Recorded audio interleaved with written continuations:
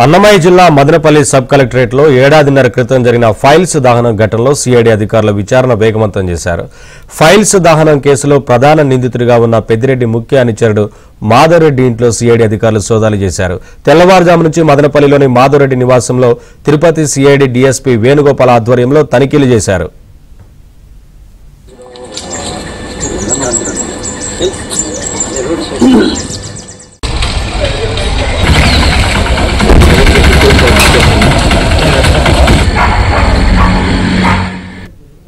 వివరాలు మా ప్రతినిధి మనోహర్ రెడ్డి అందిస్తారు.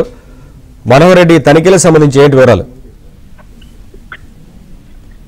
నవీన్ మదనపల్లి సబ్ కలెక్టరేట్ లో ఫైల్ దహనం ఘటన సంచలనం సృష్టించింది. 2024 జూలై 22వ తేదీ ఈ ఘటన చోటు చేసుకోవడం జరిగింది.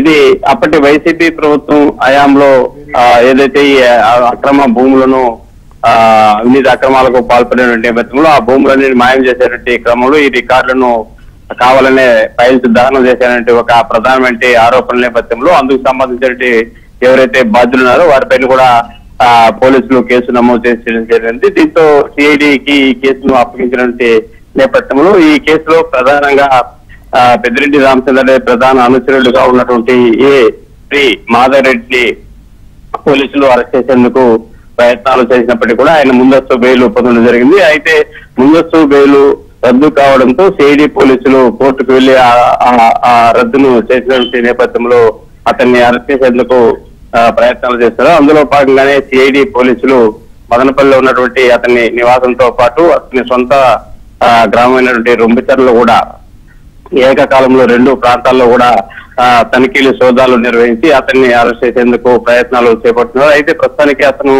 ఆఫ్ఘనిస్తాన్ లో ఉన్నట్లు సమాచారం అందడంతో అతని బంధువులు కూడా అందరూ కూడా ఇళ్లకు తాళాలు వేసి పరారు కావడంతో ఎక్కడ ఉన్నారు ఏంటి అనేటువంటి ఆరా తీసేటువంటి పనులు ఎక్సైజ్ సిఐడి పోలీసులు ఉన్నటువంటి పరిస్థితుల్లో ఒక పక్క మదనపల్లిలో కావచ్చు, మరో పక్క రొంబిచర్లో కావచ్చు అతని కోసము సిఐడి పోలీసులు తీవ్రంగా గాలిస్తున్నారు. ఏ క్షణంలో అయినా అతను దొరికితే అరెస్ట్ చేసేందుకు సిద్ధంగా ఉన్నటువంటి సిఐడి పోలీసులు ఈ కేసులో కొత్త పురోగతి సాధించినట్లు మనకు స్పష్టంగా అర్థమవుతుంది. అందులో ఈ ప్రధానంగా ఈ కేసుకు సంబంధించి మాధవరెడ్డితో పాటు మాజీ మంత్రి పెద్దిరెడ్డి రామచంద్రారెడ్డి పిఏ తుకారాము A4 గా ఉన్నాడు. ఇతను కూడా ఏదైతే ఈ ఘటన జరిగిందో ఆ ఘటన జరిగిన వెంటనే కూడా అతను విదేశాలకు పారిపోవడం జరిగింది. విదేశాల నుంచి కూడా ఆయన కూడా ఇప్పుడు ఇండియాకు వచ్చినట్లు సమాచారం అందుకున్నటువంటి సిఐడి పోలీసులు అతన్ని కూడా అరెస్ట్ చేసేటువంటి పనిలో నిమగ్నమైనట్లు మనకు స్పష్టంగా సమాచారం అందుతుంది. అదే క్రమంలో ఈ కేసులో A1 నిందితుడిగా ఉన్నటువంటి అప్పటి అక్కడ ఆర్డీఓలో పనిచేస్తున్నటువంటి సీనియర్ అసిస్టెంట్ గౌతమ్ తేజను అరెస్ట్ చేయడం జరిగింది. అరెస్ట్ చేసిన తర్వాత అతను రిమాండ్ కూడా వెళ్లి ఇప్పుడు బెయిల్ పై బయటకు రావడం జరిగింది.